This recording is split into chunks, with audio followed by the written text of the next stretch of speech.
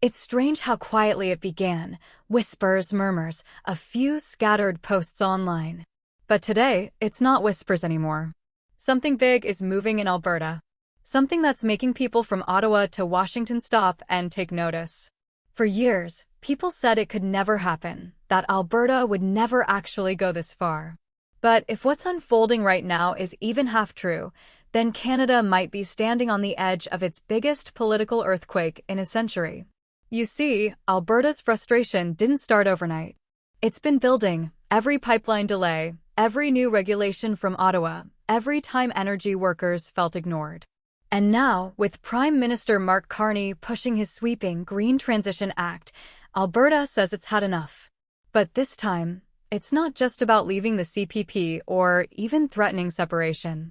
According to several reports, again, nothing officially confirmed, a growing number of Alberta leaders, including a few sitting MLAs, have been quietly discussing something once considered unthinkable: becoming the 51st state of the United States.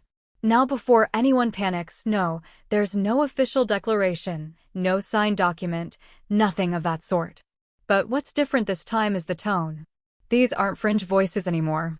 Former officials, business magnates, and even one former minister have reportedly attended closed-door meetings in Calgary, and insiders claim the topic was a formal alignment with American trade and security interests.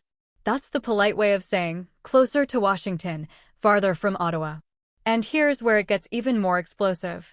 Earlier this week, a leaked briefing, allegedly from within the Carney administration, mentioned unprecedented cross-border discussions involving Alberta-based representatives.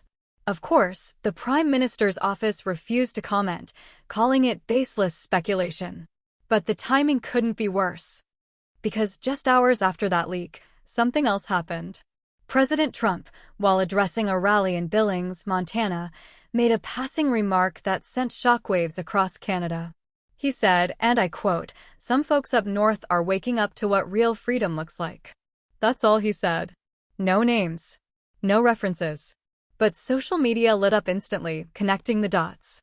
Now, imagine how that sounds to people in Edmonton or Red Deer who already feel Ottawa's forgotten them. It's gasoline on a prairie fire that's been smoldering for years. And the reactions? Unbelievable. Within 48 hours, a new grassroots movement calling itself the Alberta Freedom Alliance claims to have gained over 250,000 members online. Their mission statement? To secure Alberta's future through sovereignty, whatever form that takes. The phrase, whatever form that takes, is what's keeping analysts awake at night. Even more curious, several American commentators, including a few close to the Trump campaign, have started talking about shared energy security between friendly North American partners. Some are even suggesting Alberta could be the next Texas, energy powerhouse, conservative base, and a strategic asset. None of this is official, of course. But if you connect the dots, the story practically writes itself. Meanwhile, Prime Minister Carney is walking a political tightrope. He's publicly dismissed any notion of a 51st state movement as fiction, but behind closed doors, sources in Ottawa are reportedly urging him to take the threat more seriously. One senior advisor was overheard saying, "If we lose Alberta, we lose Canada's backbone." That line, though never confirmed, has already gone viral. And in Alberta itself, the tone from Premier Danielle Smith has shifted.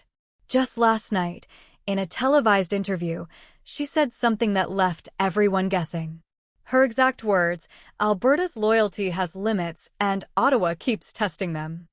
No mention of the U.S., no direct reference to separation, but in the current climate, every word feels loaded. Then there's the economic side. Alberta's oil exports are at record highs, and several American states have started quietly negotiating independent energy contracts. It's technically legal under existing trade loopholes, but it undermines Ottawa's federal authority. And that's what has Carney's government panicking behind the scenes.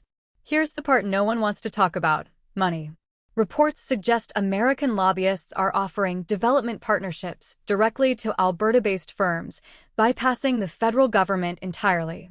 Some of these deals are allegedly tied to U.S. infrastructure grants, which would only make sense if Alberta were being treated as something more than just a province. Now, again, none of this is confirmed. But there's a reason people are starting to believe it. Because, lately, the things that once sounded impossible keep turning out to be real. The latest polls, if you can believe them, show that nearly 38% of Albertans now support greater autonomy from Ottawa. And around 12% openly say they'd consider joining the US if it meant lower taxes and more control over resources. That's not a majority, but it's not fringe anymore either. What's even more unsettling is how the rest of Canada is reacting. Saskatchewan has been silent. British Columbia's leaders are cautious, but one former BC energy minister reportedly said privately, if Alberta goes, everything west of Manitoba goes with it. The quote was never verified, but it's already all over the news. And while all this plays out, Trump's team keeps sending mixed signals. Officially, they say the United States has no interest in interfering in Canadian affairs. Unofficially, several of his allies have been hinting at historic opportunities for North American unity. It's the kind of language that could mean anything or everything. Some analysts are calling this the most dangerous moment in modern Canadian politics. Because it's not just about separation, it's about identity. What happens if a province that supplies the bulk of Canada's oil, gas, and energy revenue decides it's done being part of the Federation? And here's where the story takes a darker turn. A recent intelligence brief, quietly circulating among senior federal officials, reportedly warns of foreign influence operations aimed at exploiting Western discontent. The document doesn't name any countries, but one former diplomat hinted that the US isn't the only player interested in Alberta's resources. Meanwhile, the protests have started. Peaceful so far, large crowds gathering in Calgary, waving flags that read Freedom North and Our Energy, Our Future. But as tensions rise, nobody can say how long it will stay peaceful. In Edmonton, rumors swirl that a coalition of business leaders and former MPs is preparing a declaration of economic sovereignty. If that's true, and it's still just a rumor, it could be the first real step toward breaking away from Ottawa's control. And that's what makes this moment feel different. Not loud, not chaotic, but calculated. Like a move on a chessboard that everyone saw coming, but no one believed would actually happen. If this movement keeps growing, it won't just test Ottawa's patience. It'll test the entire Canadian Confederation. Because once one province starts questioning the value of staying, others start listening. Saskatchewan, Manitoba, even parts of BC, they're watching Alberta's next move closely. Prime Minister Carney, for his part, insists that Canada's unity is unshakable. But behind that confident tone, the cracks are starting to show. Quietly, Ottawa has reportedly increased federal monitoring of provincial communications. The official reason? Information security. But skeptics call it something else: panic. So where does all this go? Nobody knows for sure. Maybe it's just political theater, a way for Alberta to gain leverage, to make Ottawa listen. Or maybe, just maybe, this really is the beginning of something bigger, something that could redefine the map of North America itself. Because right now, one thing's clear: Alberta isn't backing down. And if these so-called independence talks continue behind closed doors, the question won't be if Canada faces a breaking point, but when. And when that moment comes, it won't just be about Alberta versus Ottawa.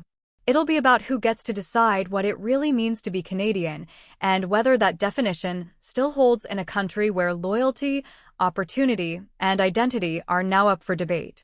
Whatever happens next, one thing's certain: this story is far from over. The pressure's building, the alliances are shifting, and somewhere between Edmonton and Washington, a new chapter of Canadian history might already be writing itself, in whispers, in promises, and in the kind of decisions that no one can take back.